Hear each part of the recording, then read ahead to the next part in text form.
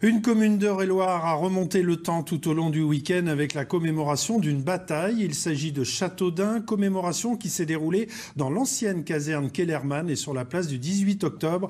Objectif, rendre hommage aux combattants qui avaient résisté face aux Prussiens en 1870. Séquence mémoire, Christine Launay et Wilfried Redonnet. Les soldats allemands prennent place face aux francs-tireurs, défenseurs de la ville de Châteaudun contre l'envahisseur. Nous sommes en octobre 1870. Le combat héroïque des Dunois connaît un retentissement outre-Atlantique. À Chicago, sur la côte Est, en Irlande, The Times à Londres en a parlé en parlant d'un fait héroïque des Dunoises et des Dunois, des francs-tireurs, par rapport à cette bataille de 1870 où il y avait un Dunois, 1200 Dunois et francs-tireurs, pour 12 000 Prussiens, 1 pour 10. Les soldats qui ont combattu à Châteaudun et qui ont défendu la ville étaient principalement des habitants de la ville.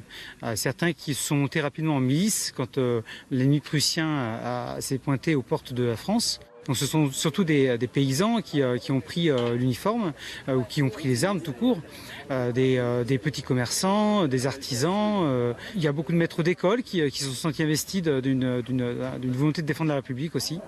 La ville de Châteaudun rend hommage à ces combattants qui firent le sacrifice de leur vie et aux femmes, nombreuses à l'arrière du front.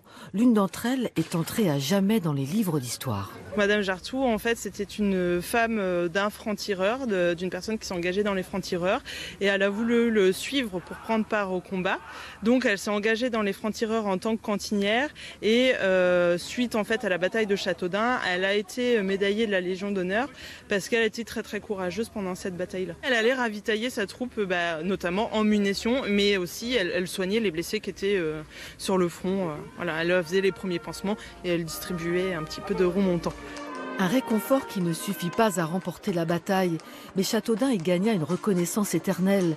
Elle est l'une des rares villes françaises à être décorée de la croix de la Légion d'honneur. Dans quelques